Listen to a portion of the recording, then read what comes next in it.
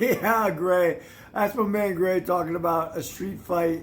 When I say street fight, and this is true about street fights too, they're really gang fights. And when I say gang fights, I mean like 30 on 30, 20 on 20, or what have you. A lot of street fights evolve into multiple combatants, which I know the Russians are doing a little bit with an MMA.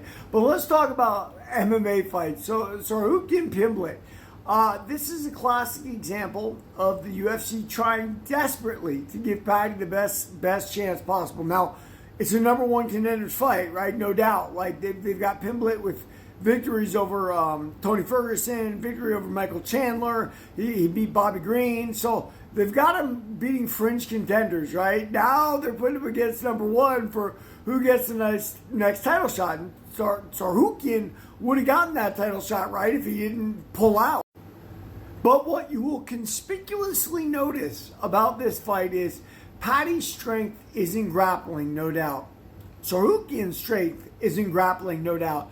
So this is a little bit like Sean O'Malley. They are trying to give Paddy a shot to the title. And, listen, charisma, where you're from, all those things matter, right? Like Michael Bisping did incredible things in his career. No, never as a man in so much with so little, right? Become UFC champion, beat the best fighter of all time, beat Dan Henderson. I mean, just the guy did amazing things with a very limited skill set. But at the same time, Michael Bisping was also from one of those areas. The UFC wanted to make him into a star. They wanted to make him awesome. And by the way, good job they did. It doesn't always happen, right? Because fighting is such a random thing. You get to some places and you can't make it. I remember when Crying Gracie first showed up at the Scrap Pack, those Scrap Packers thought that was their $1 million baby. They were like, yeah, and all they would talk about, they got me on the bandwagon. Like, oh, Kron, because, he's the son of Hickson. This is MMA before MMA was even popular, right? This is what we thought would happen, and it just didn't work out. And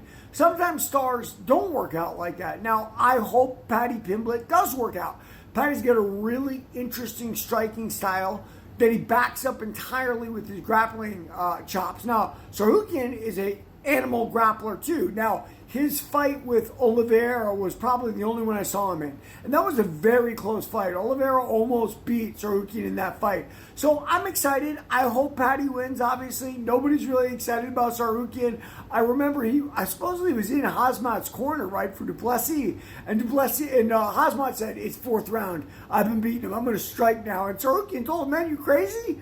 No. You keep doing exactly what you're doing. You don't want to fight his fight for you. And that was actually really good sage advice. So let's hope this fight doesn't stink. Let's hope it's not a boring grappling affair. Let's hope Paddy wins. Everybody like and subscribe for more on the Fight Game.